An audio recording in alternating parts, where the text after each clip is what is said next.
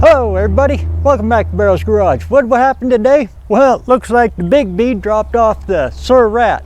Let's take a look at her.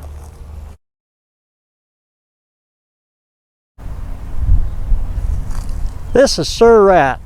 This is a build that me and my dad, the big bee right here, we built 6 years ago. It took 2 winters to build her. What we did is we used a 1987 Ford 1-ton. You can see the twin I-beam there. We stuck it on top of the frame though and built, of course it's all a custom chassis, we built out a 120 wall 2x4, just square tubing. And we custom made all the frame and then mounted the twin I-beam on top of the frame like this. You can see there's that goofy Ford design here. Then we stuck the power rack out of a, what year was it? That's off of a Windstar, about a 93 Windstar. 93 Windstar. And cut the ends and then made them fit. So it's all power racked and everything. To get it to steer from the rear, what Dad did is he took the spindles off because these are the ball joint ones. They've got the eccentric adjuster right here. So what he did is he took the spindles off and mounted them side for side. This spindle's actually supposed to be over there and that one's supposed to be over here. Yeah, that's why the calipers are in the front. Yeah. So that made it all clear for the rack and everything to steer from the rear. On the trucks, they generally steer from the front. Yeah. Anyway, there's 2 pistons out of a flathead Ford V8 that came out of a Wyoming state cop car. Yeah. That one right over there. Custom made all that. Here's some more of that leftover Bluebird stuff from a school bus, yeah. Old tow hooks. Up front here we're powering it. Oh, come around here. This is kind of where the name Sir Rat came from. This is a radiator shell for a Oliver crawler, the bulldozer things. And it kind of looks like a Crusader knight helmet. So yeah. That's where the name Sir Rat came from. And the little thing on top. And then of course a little fence topper, you know. Every knight's got to have his little plume thing up on there. Then over here powering it, you can see there's our homemade zoomies. It's a 460 Berkley. Yes, that's what it is. A lot of you Chevy. If we put the Chevy 460 SS, what's the SS stand for? Super Special.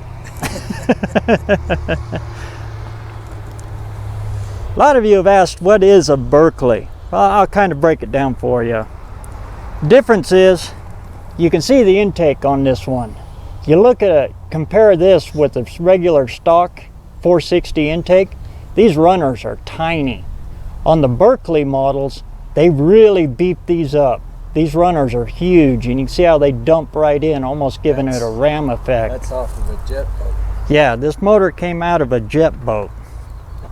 Another one is it's already got a cam in it.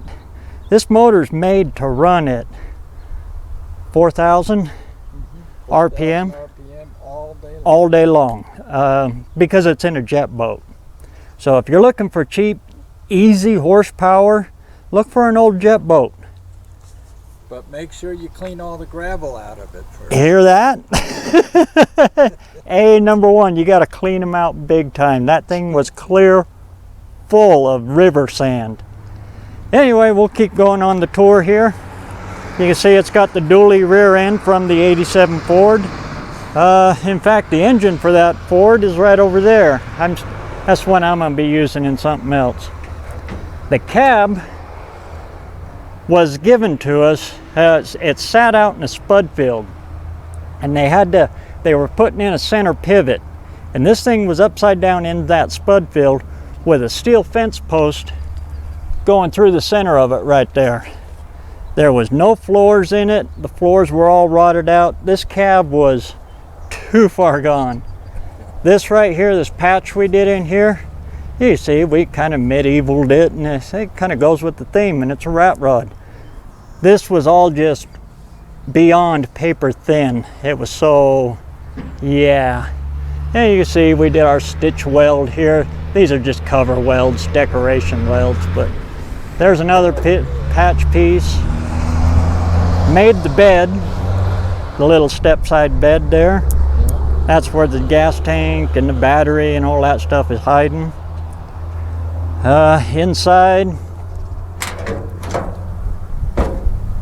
Inside it's almost all bluebird. All the sheet metal. All the floor and everything, the hump, all of that is pretty much all made out of school bus skin. And we framed it all in and built the hump up. Well, I don't know, if you build a hump that big, it's more of an armrest. It just about is. Steering column is that's Mopar. It's actually out of a Winnebago motorhome. Yeah, you can see her there. Shifter's out of a little Mustang too. Yeah. Then it's got the anti-theft gas cap right here, because it goes to nothing. Makes a good hole plug though. Hopefully nobody tries to put gas in it. Back here, oh, this is some plasma cutting I did to kind of fancy it up there, and every night's got to have a Kingswood, right? Yeah. It's off my old station wagon. Every car we scrapped, we kept everything out of it. And here we go into the underneath side. That's that big utility axle. And there's some of our homemade four links. Those are actually the leaf spring ends that came on the truck, and then two more that we had laying around. We cut that with what size was that? That was like 1/4 inch box tubing. That's heavy stuff. Oh yeah, that was, yeah. The box tubing here. Yeah, that's what the forelink is made of. There you go, you can see it. This stuff is about 1/4 inch thick. It's thick stuff. I took and I slotted it like this, slid the leaf spring in after we cut it out, and then welded it heavy all over in it, and then sculpted her back down. That's how we make our four links.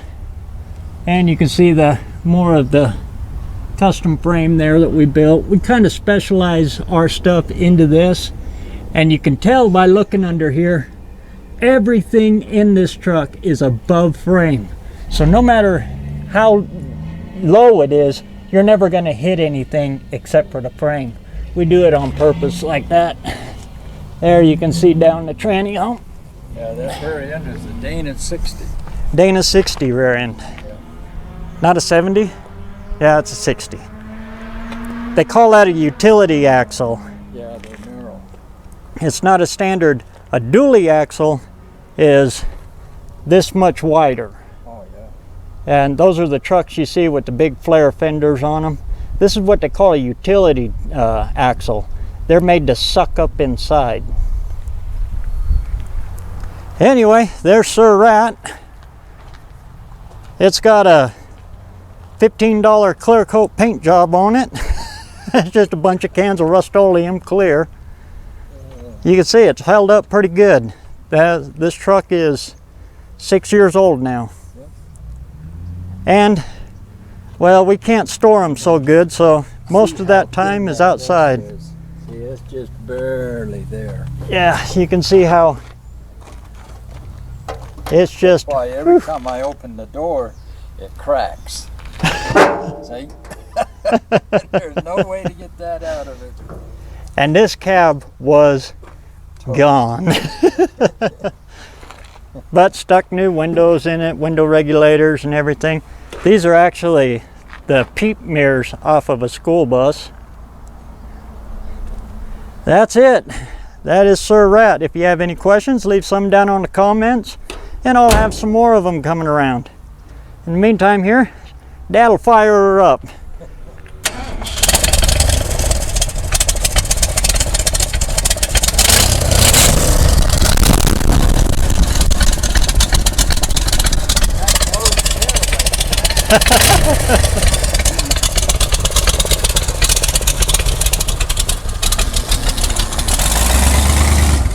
And there's Sir at.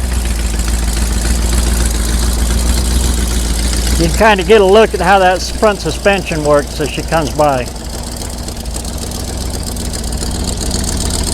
She's got a little bit of a stall, torque converter stall in it. The trick to that is we use a torque converter for a 302 Ford to a C6. It's the perfect combination for that setup, and it's a cheap one.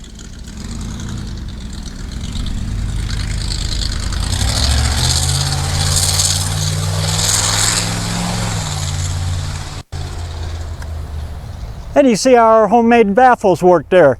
They work pretty doggone good. They're actually, in the zoomies, ends of the zoomies there, they're actually freeze plugs for a small block Chevy.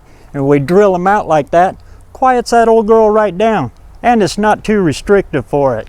Anyway, that's the project there. And I'll give you all a little Easter egg if you've all lasted this long. This, in true rat rod culture, that's headed to the No Name Nationals 2023. So if you want to stay tuned and see more of that girl looking something like the one that we just drove away with, stay tuned and we'll catch you on the next one. Until then, get out there and keep some metal hot. We'll keep these old girls on the road where they belong, and instead of rotting away in a tater field. We'll catch you on the next one.